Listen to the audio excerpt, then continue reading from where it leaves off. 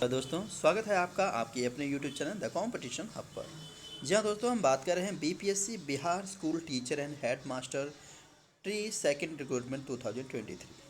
जी हाँ दोस्तों, आप लोग सभी को ये अच्छी न्यूज़ लेकर के आई है कि जो बिहार सरकार है, बिहार सरकार ने बीपीएससी के थ्रू जो वैकेंसी निकाली है वो टीचरों की वो बहुत ही ज़्यादा सीट हैं। क्योंकि आप लोगों को बता दें कि पिछली बार भी आपको बिहार सरकार ने बीपीएससी के थ्रू कम से कम 1.5 लाख सीटें निकाली थी जो प्राइमरी के लिए, और उसमें से बहुत सारी सीटें भर गई और जो सीटें नहीं भरी हैं उसको लेकर के इस बार दोबारा वैकेंसी निकाली गई है। इस वैकेंसी को लेकर के हम इस वीडियो में डिस्कस करेंगे। बट हमारे चैनल पर ही पहली बार विजिट कर रहे हैं तो हमारे चैनल को सब्सक्राइब जरूर कर लें और साथ ही साथ बेल आइकन को दबा दें ताकि हमारे वीडियोज़ की नोटिफिकेशन आपको सबसे पहले मिल सके। तो चलिए दोस्तों, हम जब बता रहे हैं कि शिक्षक बनना है तो इस फॉर्म को जरूर भरें। जी हाँ दोस्तों, ये 100% श्योर है कि आप लोगों को बता दें कि अभी तक सिर्फ देखा जाए तो बिहार सरकार ही वैकेंसी निकाल रही है टीचरों को लेकर के, और किसी भी गवर्नमेंट ने अभी किसी भी सरकार ने किसी भी राज्य में कोई भी वैकेंसी इस तरह से नहीं निकाली गई है। बट देखा जाए तो बीपीएससी के थ्रू जो बिहार में टीचरों की वैकेंसी निकल रही है, इसमें सभी स्टेट को मौका मिला है कि आप सभी स्टेट के स्टूडेंट जो हैं इसमें फॉर्म अप्लाई कर सकते हैं और अपना फॉर्म भर करके अपनी सीट ले सकते हैं। तो हम आपको चलिए दिखाते हैं कि कितनी सीटें हैं, कौन कौन इसमें फॉर्म को अप्लाई कर सकता है, क्या क्या इसमें चाहिए। बहुत सारी बातें हम अपने वीडियो में डिस्कस करेंगे, तो वीडियो के साथ तक लास्ट तक बने रहें। तो दोस्तों ये देखिए, ये बीपीआर यानी बिहार पब्लिक सर्विस कमीशन की वेबसाइट है। ठीक है, आपको मैं यहाँ दिखा दे रहा हूँ, ये देखिए। ठीक है, और यहाँ पे आप इसको देख सकते हैं। ठीक है, आगे देखिए यहाँ पे 4/11/2023 यानी 4/11/2020 को जो नोटिफिकेशन आया है वो आपके लिए है। Important notice instruction of apply online advertisement number for the post of school teacher. देखिए यहाँ पे for the post of school teacher for class 6 से लेकर के 8 क्लास, 9 to 10 और 12 to 11 to 12 and special school teacher for class 9 to 10 under education department and second for class 6 to 8, class 9 to 10, class 11 to 12 head master under. ठीक है, मैं ये clear करना चाह रहा हूँ कि जो अभी जो वैकेंसी है दोस्तों, ये आई हुई है कि 6 से लेकर के 12 तक आप एजुकेशन को जिस भी सब्जेक्ट में आप हैं उसको अप्लाई कर सकते हैं, और साथ ही साथ हेड मास्टर की भी पोस्ट इसमें आई हुई है। ठीक है, और ये चलिए दिखाते हैं इसका नोटिफिकेशन, आप क्या क्या सीटों को लेकर के इसमें बात की गई है, क्या क्या चीज़ें चाहिए, उन सभी के बारे में बात कर रहे हैं।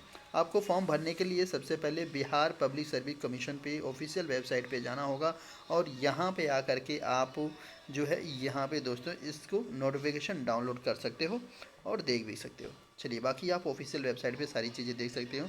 जो पुरानी अगर कोई स्टूडेंट ऐसा है जिन्होंने प्राइमरी के लिए पास किया होगा और भी उसको कोई इन्फॉर्मेशन नहीं मिल पा रही है, तो आप ये जो है बीपीएससी की साइट पे आकर के यहाँ पे देख सकते हो। ठीक है, ये सारी इन्फॉर्मेशन है, आप यहाँ के ऑफिशियल वेबसाइट्स पे सारी चीज़ों को देख सकते हो, रिजल्ट वगैरह लेकर के। ठीक है, सारी सीटें सारी चीज़ों के बारे में इसमें डिस्कस की गई है। ठीक, चलिए हम आपको दिखाते हैं दोस्तों।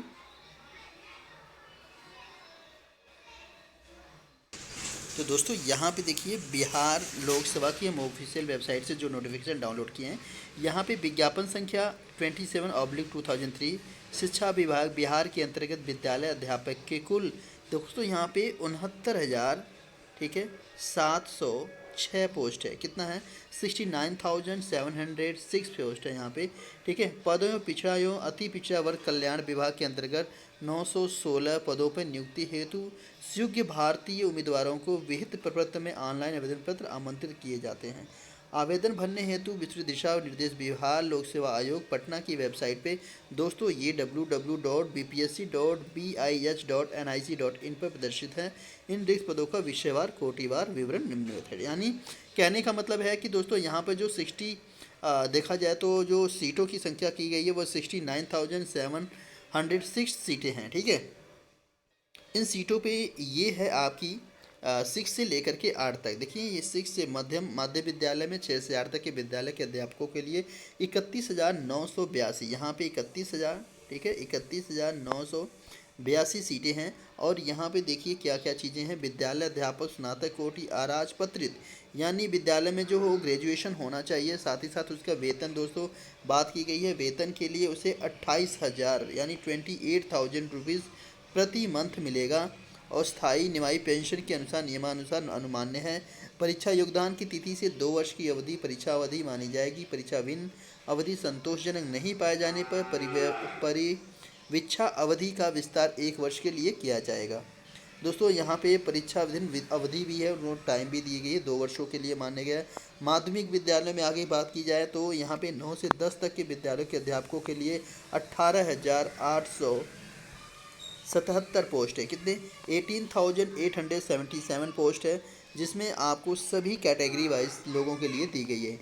हिंदी, इंग्लिश, साइंस, गणित, सामाजिक विज्ञान, ठीक है। और यहाँ संस्कृत, उर्दू, अरबी, फारसी, बांग्ला, ललित कला, नृत्य, शारीरिक शिक्षा, मैथिली, संगीत, जितने भी पोस्ट हैं सभी पोस्टों के लिए दोस्तों यहाँ पे दी गई है, जिसमें आप जिस भी पोस्ट के लिए चाहते हैं उसे अप्लाई कर सकते हैं। आपको 9 से जो देखिए यहाँ से जो सीट की बात की गई, आपको 9 से 10 तक जो एजुकेशन को बच्चों को पढ़ाएंगे उनकी जो सैलरी है दोस्तों वहाँ पे 31,000 रुपये आपको पर मंथ दिया जाएगा। ठीक है, ये सैलरी फिक्स कर दी गई है। विद्यालय अध्यापक अराजपत्रित होते हैं और यहाँ पे स्थायी पेंशन के अनुसार नियमानुसार अनुमान्य इन सभी चीज़ों को जितना सभी रूल्स जो हैं सभी में फॉलो हो रहे हैं, बट सैलरी जो है उनकी क्लास वाइज जो है वो चेंज हो रही है। ठीक है, यानी आपको 9 से 10 तक यानी 9 और 10th वालों को पढ़ाने के लिए अगर आप इसके टीचर बनते हैं तो आपको सैलरी 31,000 पर मंथ दिया जाएगा। ठीक है, आगे देखिए यहाँ पे जो सीटों की बात की जा रही है ये मैं आपको दिखा दे रहा हूँ। आगे आता है दोस्तों 11 से 12 तक के अध्यापकों के लिए। 11 से 12 के अध्यापक जो हैं उनकी सीट जो है 18,577 यानी 18,577 पोस्ट है। यहाँ पे भी उनकी सैलरी जो 31,000 रुपीज़ दी जाएगी। ठीक है, आगे देखिए यहाँ पे इनके वेतन की बात, सॉरी यहाँ पे जो इनका वेतन होगा 11 से 12 वालों को उनकी सैलरी जो दोस्तों वो 32,000 रुपये दी जाएगी। अगर आप 11th और 12th यानी आप 12th क्लास के बच्चों को पढ़ा रहे हैं वहाँ पे अगर आपकी पोस्टिंग होती है 11th और 12th के बच्चों को पढ़ाने के लिए तो आपको दोस्तों 32,000 पर मंथ दिया जाएगा। ठीक है, ये है आपकी सैलरी और आपके अकॉर्डिंग जो भी चीज़ें दी गई हैं। ठीक है, आगे बात करें कि क्या क्या चीज़ें इसमें मांगी गई है तो दोस्तों आपको यहाँ पे देख लीजिए कि सीटों की बात की जाए तो आपको कंफर्म कर दी गया है। और यहाँ देखिए माध्य विद्यालय के अध्यापकों के लिए सी टेट पेपर सेकंड और B TET paper second pass होना, यानी बिहार टेट अगर आप हैं तो आप बिहार टेट का सेकंड पेपर पास होना चाहिए। अगर आप कहीं अदर स्टेट से हैं तो आपको सी टेट का सेकंड पेपर आपको क्वालिफाई होना चाहिए, तभी आप इस चीज़ के लिए अप्लाई कर सकते हैं। ठीक है, आगे माध्यमिक विद्यालय के अध्यापकों को विशेष विद्यालय के अध्यापकों के लिए यस टेट यानी सुपर टेट जैसे वहाँ पे जो स्टेट टेट होता है वो का पेपर फर्स्ट, और उच्च माध्यमिक विद्यालय के अध्यापकों के लिए जो है वहाँ का स्टेट टेट पेपर सेकंड में उत्तीर्ण हो। परंतु 2012 से पूर्व नियुक्तियों कार्यकारी शिक्षक जो दक्षता परीक्षा उत्तीर्ण होने के लिए शिक्षक पद परीक्षा में उत्तीर्ण अनिवार्य नहीं होंगे। कहने का मतलब दोस्तों यहाँ पे ये आ रहा है कि आप इस फॉर्म को तभी भर कर सकते हो जब आपके पास स्टेट टेट पास होगे। ठीक है, उच्च माध्यमिक विद्यालयों के लिए आपको यह स्टेट जो होता है वो सेकंड पेपर जो आपको उत्तीर्ण होना यानी क्वालिफाई होना चाहिए। ठीक है, कह रहा है शिक्षा विभाग के पत्र 582 दिनांक 17/6/2023 के आलोक में स्पष्ट किया जाता है कि सी टेट अभ्यर्थियों के लिए बी टेट 2017 के लिए लागू प्रावधानुसार सामान्य कोटि के अभ्यर्थियों की न्यूनतम 60%। देखो अब यहाँ पे दोस्तों क्लियर कर दी गई है कि 2017 के बाद 2017 के बाद जो सी टेट का जो एक रूल्स आया था उसमें क्या है कि अगर आप जनरल कैटेगरी से हैं तो 60% मार्क्स आपके सी टेट में होने चाहिए। अदर जितने भी कैटेगरी हैं उसमें 55% आपके मार्क्स होने चाहिए। और एससी और एसटी कैटेगरी में अगर आप होते हैं तो आप 50% सी टेट में क्वालिफाई होने चाहिए, यानी आपको 150 में 50% नंबर आपको लाने होंगे। ठीक है, अगर आप लाए हैं तो आप इस चीज़ को फॉर्म को अप्लाई कर सकते हैं। ठीक है, आगे यहाँ पे विद्यालय के अध्यापक के स्नातक के लिए मार्क्स है यानी गणित विज्ञान विद्यालय अध्यापक, सामाजिक विज्ञान विद्यालय का अध्यापक और भाषा विद्यालय अध्यापक। ठीक है, ये है आपके स्नातक में ये चीज़ें आपको दी गई हैं। साथ ही साथ आप अगर ग्रेजुएशन है नियुक्ति के हेतु न्यूनतम शैक्षिक योग्यता की बात करें आप ग्रेजुएशन होना चाहिए, कम से कम आपके 50% मार्क्स होने चाहिए ग्रेजुएशन में, और साथ ही साथ बीएड भी आपकी 40% मार्क्स के साथ उत्तीर्ण होना चाहिए। न्यूनतम 50% उच्चतम माध्यमिक विद्यालयों के लिए जो 4 वर्ष के लिए किया होता है, जिन्होंने बीएलएड किया होगा उनको 50%, और जो बीए बीएससी या बीएड या बीसीएड किए हैं उनको 50 अंक के साथ, जो उच्चतर माध्यमिक यानी 6 से 8 तक बच्चों को पढ़ाने के लिए बात की जा रही है। ठीक है दोस्तों, यहाँ पे आपके आगे कह रहा है न्यूनतम 55% मार्क्स के साथ उसके समक्ष ग्रेड के साथ स्नातकोत्तर अथवा 3 वर्षीय एकीकृत बीएड एमएड होना चाहिए। यहाँ पे दोस्तों बात ये निकल के आ रही है कि अगर आप 12th में पढ़ा रहे हो, ठीक है, 12th में पढ़ाने के लिए आपको ग्रेजुएशन के साथ साथ आप पोस्ट ग्रेजुएशन में 55% अंक होने चाहिए और साथ ही साथ आपने बीएड और एमएड भी किए होने चाहिए। ठीक है, यानी आप पोस्ट ग्रेजुएशन के साथ साथ बीएड भी आपको कंपलसरी है, उसमें होना ज़रूरी है। ठीक है, शिक्षा शास्त्र में डिप्लोमा एवं बीएड के लिए केवल भारतीय पुनर्वास परिषद द्वारा मान्यता प्राप्त पाठ्यक्रम मान्य होगा। यानी अगर आपने एजुकेशन से किया है तो उसके लिए आपको ये चीज़ें देनी होंगी। ठीक है, मैं आपको बता दूं दोस्तों कि आप इस चीज़ को खुद भी डाउनलोड कर सकते हो और अपने अकॉर्डिंग आप इस फॉर्म को फिल भी कर सकते हो कि कैसी चीज़ें हैं। ये चीज़ें आपको क्लियर हो गई होंगी कि क्या चीज़ें इसमें मांगी जा रही हैं और क्या चीज़ें आपको लेके जाना है। ठीक है, तो आप इन सब चीज़ों को ये याद रखिए कि आप फॉर्म भरने से आप ग्रेजुएशन होना चाहिए, सीटेड होना चाहिए, आपके साथ बीएड होना चाहिए और साथ ही साथ दोस्तों आपको यहाँ पे एयर स्टेट भी पास होना चाहिए।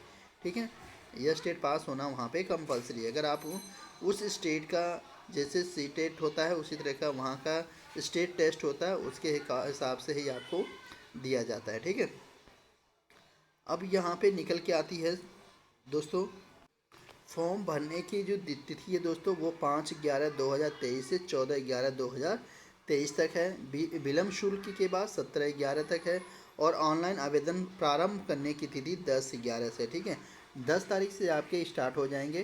ठीक है, तो आप इसको ऑनलाइन 25 तक इसे कर सकते हो।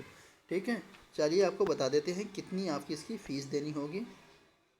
दोस्तों आपको फ़ीस शुल्क भी इसे देना होगा। ठीक है, अगर आप जनरल कैटेगरी से हैं तो आपकी जो फॉर्म भरने का शुल्क है वो 750 रुपये यानी 750 रुपये देने होंगे। अनुसूचित जात अनुसूचित जनजात SC ST समुदाय के लिए 200 रुपये हैं। ठीक है, और सभी अनारक्षित महिला उम्मीदवारों के लिए 200 रुपये हैं। ठीक है, और यहाँ दिव्यांग जो हैंडीकैप वगैरह होते हैं उनके लिए 200 रुपये हैं। ठीक है, अन्य सभी उम्मीदवारों के लिए 750 रुपये देने पड़ेंगे। दोस्तों यहाँ पे जो कैटेगरी वाइज छूट है सिर्फ उसी स्टेट के लोगों के लिए ही छूट है। बाकी अगर आप अदर स्टेट से हैं तो आपको जनरल में कंसीडर किया जाता है। आपको जनरल की फ़ीस 750 रुपीज़ वहाँ पे करनी होगी, ना कि आपको 200। ठीक है, तो ये था कुछ इंपॉर्टेंट जो आपके लिए काफ़ी इंपॉर्टेंट है। अगर कोई आपको क्वेश्चन की क्वेरी है तो हमें ज़रूर कमेंट बॉक्स में बताएं ताकि हम आपकी पूरी हेल्प कर सकेंगे। ठीक है दोस्तों, मिलते हैं, तब तक के लिए bye bye, take care, thanks for a lot. ये अपने सभी ग्रुप में भेजिए ताकि जितने भी स्टूडेंट तैयारी कर रहे हैं इस फॉर्म को अप्लाई कर सकें। ठीक है दोस्तों, चैनल को सब्सक्राइब करना ना भूलें।